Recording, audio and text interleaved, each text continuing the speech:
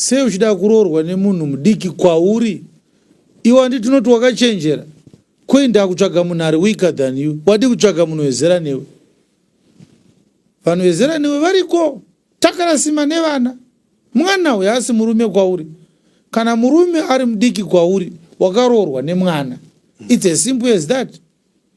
Kana mukatoti izvezvi mune mamillions amuinawo, makavaka mansion kuLondon, hazvichinje, haisi marriage pamberi paMwari. Muri kuchaya mapoto, akabvisa rusambo, hazviiteka anokubvisira rusambo achibvisira mai vake here.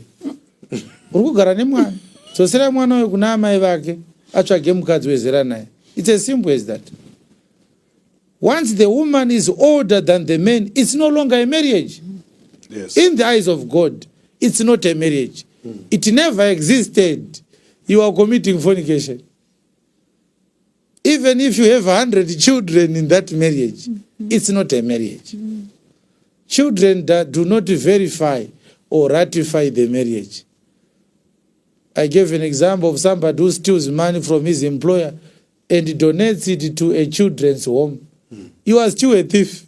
You will go to jail. Yes. The end does not justify the means. Ndozvimwe zvinhu zvatiri kuparidza zvakaburitsa vanhu chechi izvozvizvo.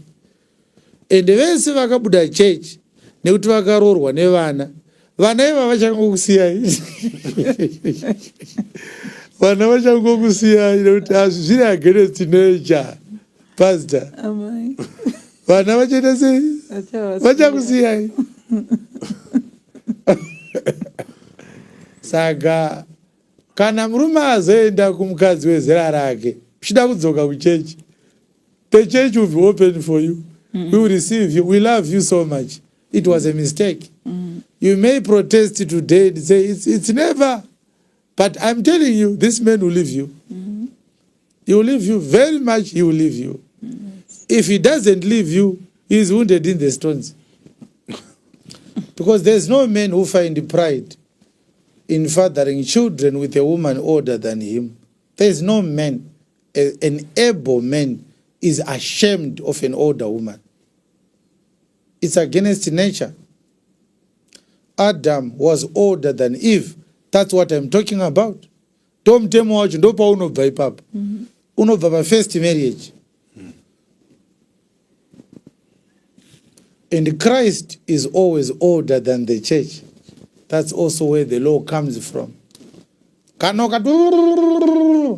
Kaita 2 years uri mugomo usingadyi. Auchinje mutemo iwoyo. Kana ukanaka zvokuti nyama inoibva moto usina kubatidzwa nekunaka. Unenge ungori munhu akanaka but uri gogo vakanaka. Muri mama vakanaka vari kugara nemwana. Tarisawo kuwanda kwakaita varume munyika munomu. Varume vese vezera newe vari kukusiya kusvikira wakuno abuse vana. Aufunge kuti zvine mashura mukati izvozvo.